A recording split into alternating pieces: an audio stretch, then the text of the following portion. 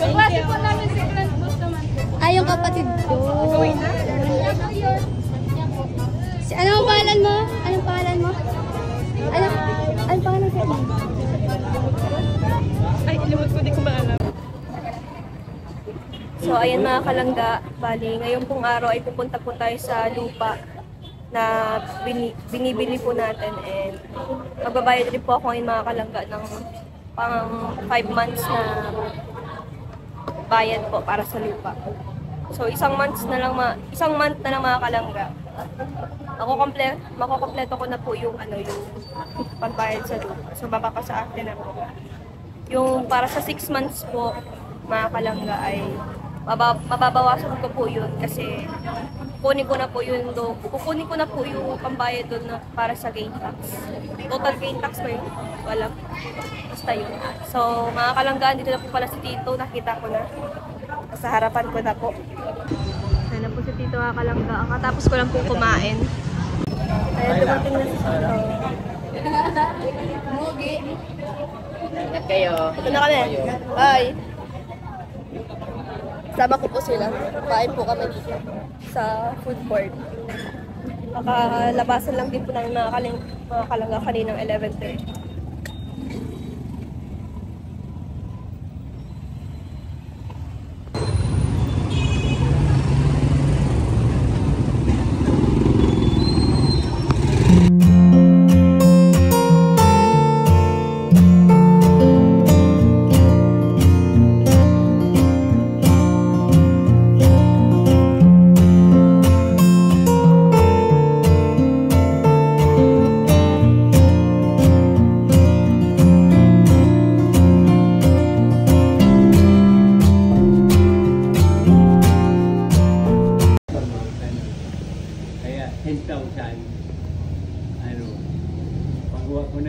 Napagawa ko na pag nagpangga mo. Nanganing ma-i-process na. Kaya itong last payment din next month, hindi man ako paon itong capital gain tax naman. Pero ikaw na ito.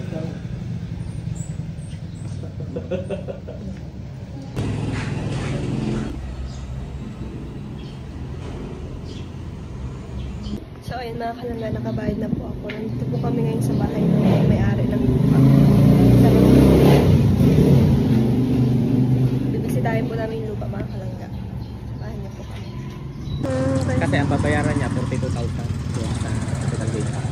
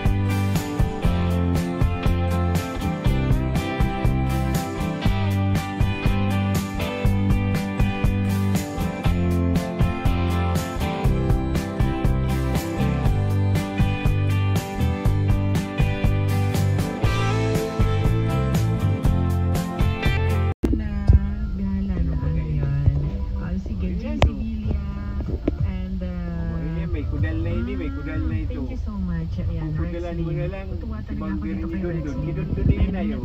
Alauna Hindi 24 siya kaduman, na no? mga kabrigada, dako na po tayo Magawa ka din sa dito, ating isto, first ano? letter sender of the day. And of course, ihanda na inyong mga cellphone app. May tanong, ma'am.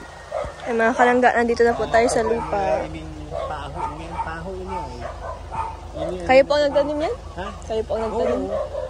Ayun, pati ito. Kabatag digdip eh, nagang arani man lang. Hanggang duman, wala oh. Saan ang start? Yung kanto. Tayo. Ayan sa iyo, dyan. Yan? Hanggang dito. Ayan. Dito ata yun. 10 by... Ang frontira mo, 10. Kasi something dito yan. Balik mo na yun. Doon, tapos hanggang dito? Oo. Susukatin yan pag marunong yung matayo ng bahay mo, masukat man yun. Ah, okay po. Wala na mga moon dyan. Moon dyan. Nagdaan na tayo dito eh.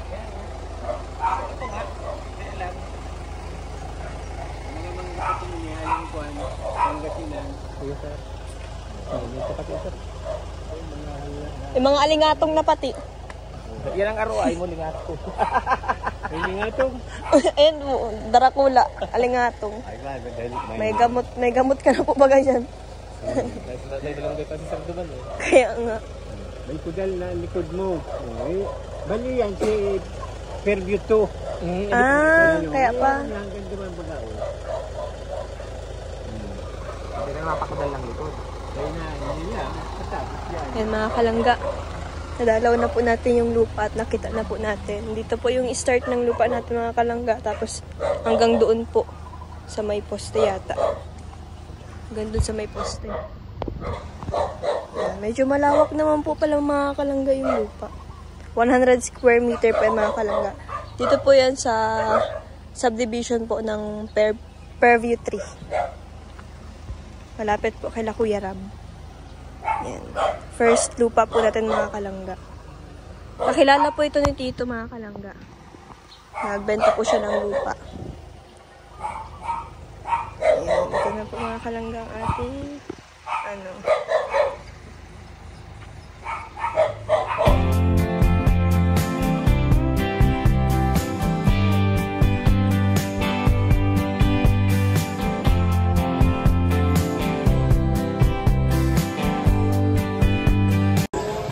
mga kalangga, galing po kami sa mall. Kinuha po namin yung kasulatan na nagbayad po ako ngayong pang 5 months po para sa lupa. So, pauwi na rin po kami dito.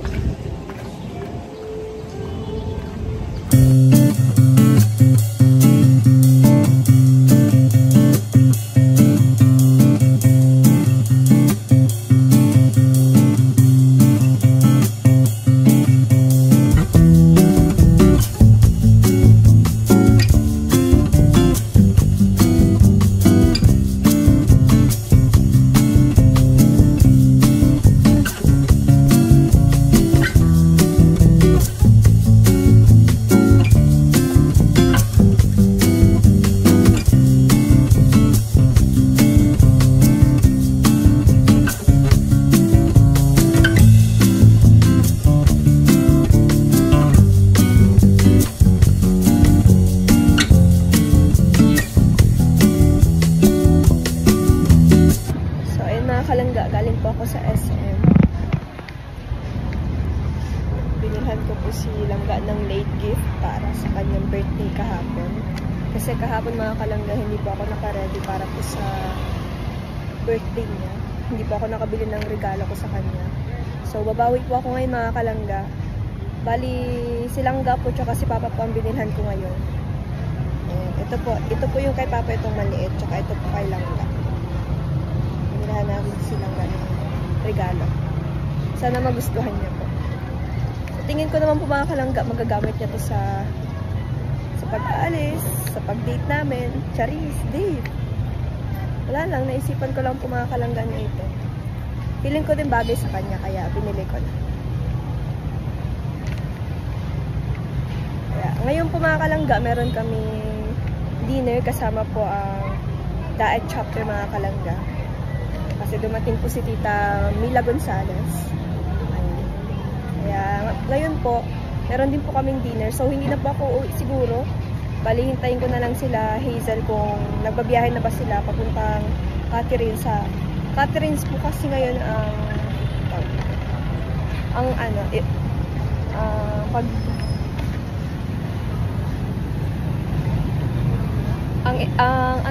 location, hindi ko masabi. Ang location mga kalangga. Kasi doon magdi-dinner po mga kalangga sa Bagaspas po. Sa Catherine's. So, ngayon po, sira po yung bunggo kaya magko-commute lang po. Kumbaga magta-tricycle lang po mga kalangga kasi wala naman po kaming sasakyan po. So, pali naghihintay lang po ako ng update nila kung makakapunta na sila or hindi pa. Nandito po ako ngayon sa SM po mga kalangga. Nasa labas na po ako.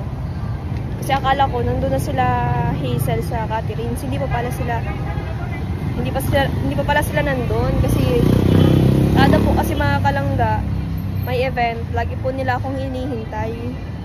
Kumbaga po nakadepende sila sa akin kasi wala naman po mga pera ang mga kapatid ko mga kalangga. Kaya yun, inaabangan ko po kasi ako po ang magbabayad ng at syempre mga kapatid ko pa ay mga bata pa man po. Wala pong kakayahan para makapagbayad ng ganito. So, bali ako na po ang nagiging guardian nila mga kalangga. Bukod kay Papa, kay Tita, ako po nagiging isang guardian po nila. So, ngayon, naghihintay lang po ako ng update mga kalangga. Then mamaya, diretso na rin po ako ng Catherine's. Magbibiyahe na rin po ako later. Meron na po akong update sa kanila. Medyo malulubat na nga rin po ako mga kalangga, pero okay lang yun. Sana magustuhan nilang yung regalo ko. Tsaka ni Papa. Sana magustuhan nilang dalawa. Kita-kits later mga kalangga sa Catherine's.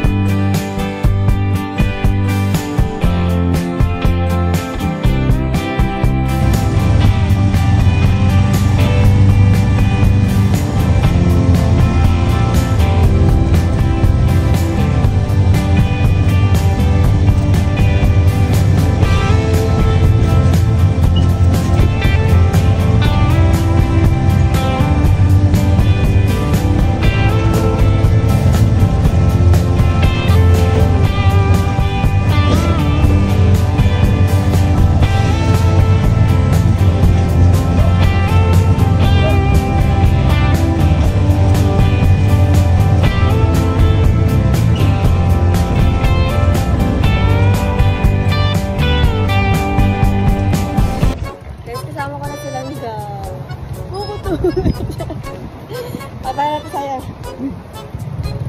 Hira ka. Hindi mo lang na-appreciate. Hindi, naggastos ka pa. Ano ba ano? Doon tayo. Ikaw lang naman yun. Hindi naman ibang tao. Grabe, naggastos ka pa. Salamat. Siyempre, mahal kasi. Thank you. Magagamit mo yan. Ano to? Alam ko magugusto ka mo. Walaan ko. Buksan mo dahil. Buksan mo nga, maganda yan. Nakasuya ka ba ng ano? Ano ako sa'yo? Thank you, Susuotin ka. mo naman yun eh. Bakit di mo susuotin yan? Kaya sinasabi mo nag-aaksaya ako. Susuotin ko pero... Kasi nag-paliwan ako po. Okay lang kay Victor. Sige lang po. Nagulat ka na. Sige lang po. Sige lang po. Grabe kaga. Wala kang upload. Sige na. Sige na po. Vlog ka na. Uuwihan ko lang ngayon. Hello. Nagulat si Victor. Dapat pala di ko na pinansin si ka Victor eh. Man.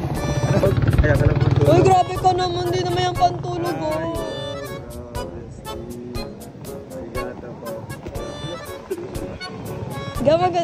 Medium yan, medium. Okay, ito po siya to. Tapos yung isa pa.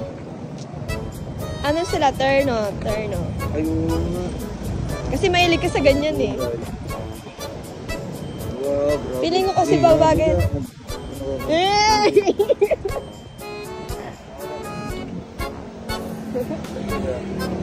Tapos meron pa akong biniling pabango kasi naaamoy ko lagi sa'yo. Aba mo yan. Ay, nawala na yung amoy. Ito yan, oh. Yan yung ano ko? Hindi, ano yun mo? Buksan mo, amoyin mo siya. Ito nag-unboxing. Kaya ako natagalan kasi nga nagbili pa ako niyan. Kasi nintay ko pa sila makasakay. Siyempre, alam nga naman sabihin ko sa'yo. Andito ako sa SM, bibilang kita ng gamit. Bibilang sana kitang brief. Ano na yan? Private na lang yan. Ayaw nga. Siya? May pababa mo akong ganito. No. Wala na, amoy ko kasi ang bango. Kapag siyempre ako pa. Huli ang kiliti. Tsaka lang. Salamat ka. Nagsa mo? Hindi ko nga, parang hindi ko naman masaya. Hi! Ano ba yung smile? Gusto ka hanggang dito, oh. Sira. Hindi kaya. Happy na ikaw? Oo na, no. Thank you, God. Happy birthday. Thank you.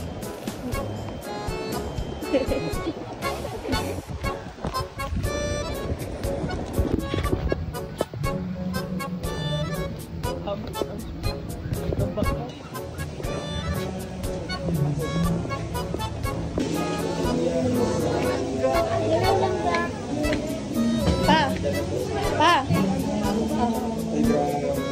Sa'yo yan. Papa mo yan.